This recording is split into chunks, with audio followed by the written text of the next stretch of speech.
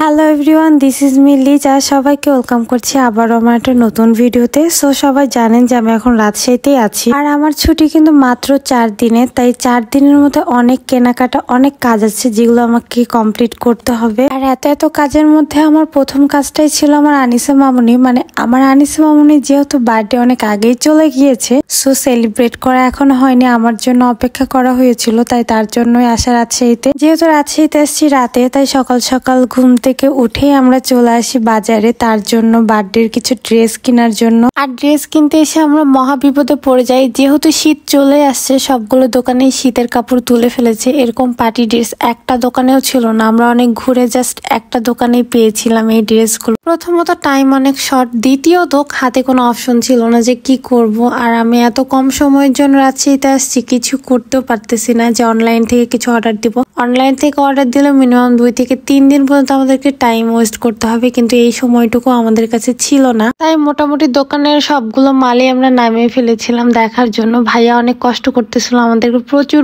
Dress দেখাচ্ছিল, but আমাদের কোনোটাই পছন্দ হচ্ছিল না। বুঝতে পারছিলাম না যে কোনটা ছেড়ে কোনটা নেওয়া উচিত। এর মধ্যে আমরা 2টা ড্রেস পছন্দ করি, দেন একটা নিয়েছি। নেক্সট ডে দেখতে পারবেন কোন জামাটা আমরা নিয়েছি বা আমার মেয়ের জন্য কোনটা বেশি বেস্ট। যেহেতু ঠান্ডা পড়ে গেছে, তাই ভাবলাম আমার মেয়ের জন্য কিছু শপিং করে নিয়ে যাই। আর যশোরে খুব একটা আমি চিনি না, তাই কোথায় থেকে নিব না নিব সেটাও বুঝতে পারি না। তাই রাজশাহী থেকে আমি সবসময় শপিং করে নিয়ে চলে যাই। শুধু ড্রেস নিলে কি হবে, এদিকে তো আরো অনেক কিছু নিতে হবে। তাই আমরা এই দোকানে চলে এসেছিলাম, এখান থেকে বেলুন যা যা লাগবে একটু রুম ডেকোরেশন করার জন্য সেগুলো নিয়েছিলাম। মোটামুটি শপিং ডান। দেখা হবে নেক্সট কোনো ভিডিওতে। সবাই ভালো থাকবেন, সুস্থ থাকবেন। আল্লাহ হাফেজ, টাটা।